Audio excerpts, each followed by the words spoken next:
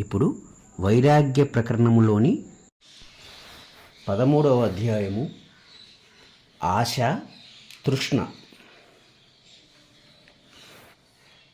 ఎప్పటి నుండో తెలియదు కానీ ఈ హృదయంలో ఆశ అనే అజ్ఞానాంధకారం వ్యాపించి ఉన్నది. కామ, క్రోధ, లోభాది గుడ్లగోబలు ఆ చీకట్లో గూళ్ళు కట్టుకుని కాపురం చేస్తున్నాయి. నేను ఏమైనా సద్గుణాలను ఆశ్రయించాలని అనుకుంటూ ఉండగానే ఇంతలో ఎక్కడి నుండో తృష్ణ అనగా డిజైర్ వచ్చి పడుతోంది. ఒక ఎలుక ఇంట్లో ప్రవేశించి నూతన వస్త్రములను కొరికి పాడు చేయుచున్నట్లు ఈ ఆశ మా ఉత్తమ ప్రయత్నములను, సత్ప్రవర్తనలను పాడు చేస్తోంది. ఇక మేము వివేకం పొందేది ఎన్నటికీ, ఆత్మదర్శనం చేసేది ఎప్పటికీ? వలలో చిక్కుకొని ఆక్రోశించే పిట్టలాగా మేము ఆశాపాశ క్లేశ దుర్వాసనలలో పీకల దాకా చిక్కుకున్నాం. అనేక తృష్ణలచే దగ్ధులమగుచున్న మేము అమృతంలో స్నానం చేస్తే మాత్రం సేద తీరుతుందా? ఊరట కలుగుతుందా? అనుమానమే.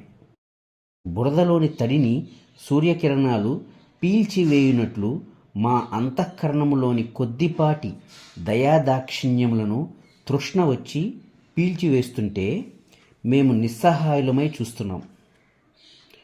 చూస్తూ ఉండగానే ఈ తృష్ణ వచ్చి మా కళ్ళు కప్పివేస్తోంది. కన్నులు ఉండి కూడా గుడ్డివారం అవుచున్నాము. మామూలుగా అతి శాంత చిత్తుడైన వాడు కూడా తృష్ణ చేత కలవరపెట్టబడుచున్నాడు. ఎక్కడన్నా ధన కనక నారీజనములు చూస్తే చాలు ఈ తృష్ణ ఎక్కడి నుండో బొట్టు పెట్టి పిలిచినట్లు వచ్చి పడుతోంది. ఆశ చేత నిండి ఉన్న మనస్సు, నేను ఆశ్రయించబోయేవారు నాకు అనుకూలురా కాదా, ఆయా వస్తుజాలం వాస్తవానికి శ్రేయోదాయకమా ప్రమాదకరమా అని కూడా పరిశీలించడం లేదు. దీనంగా వారిని వీరిని తుచ్చ పదార్థముల కొరకు అర్థిస్తోంది. తాను తలచినది సాధ్యమా అసాధ్యమా అని కూడా పరీక్షించుకోకుండా ఆతురపడుతోంది. కానీ ఏం లాభం? వయస్సు చెల్లిన స్త్రీ యొక్క కామాతురత వలె ఏమీ పొందకయే పోవుచున్నది.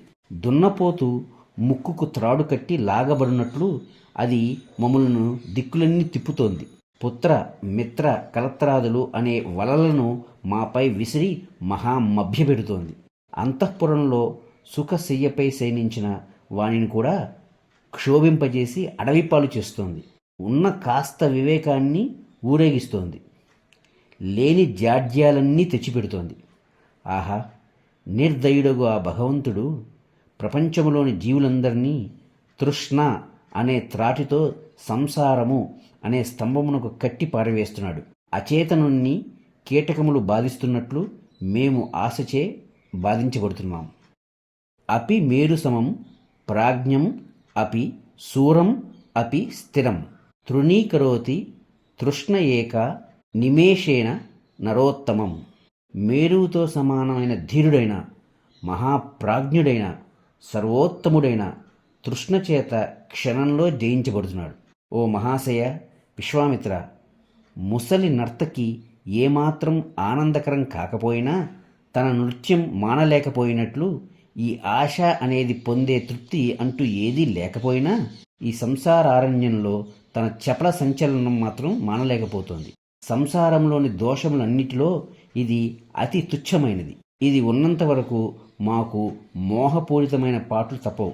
ఈ లోకంలో జీవునకు దుఃఖమంతా నశించాలంటే ఒక్కటే ఉపాయం ఉన్నది. అది విషయ చింతన లేకపోవటమే. ఆశ యొక్క రూపాంతరమే విషయ చింతన అయి ఉన్నది. కనుక ఆశను త్యజిస్తే జీవుడు ఒడ్డుకు చేరినట్లే.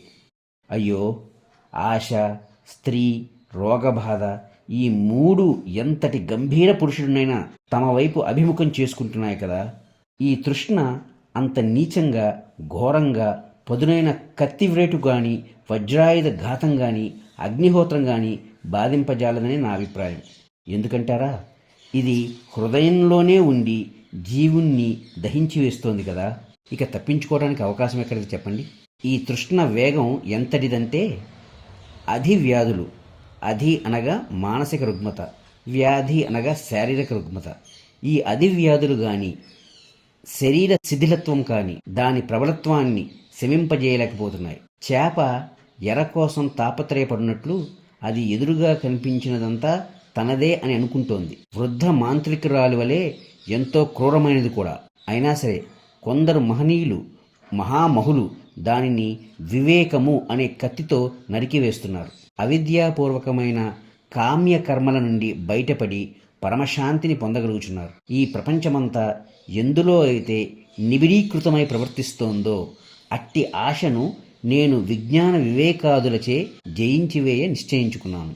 ఈ ధన జన సామ్రాజ్యాదులు ఆశను అధికమే చేస్తాయి కదా, అందుచేత ఇవి నాకు అక్కర్లేదు. సర్వ వాంఛలు నశిస్తే మనస్సుకు ఉత్తమ చికిత్స ప్రాప్తించినట్లే కదా.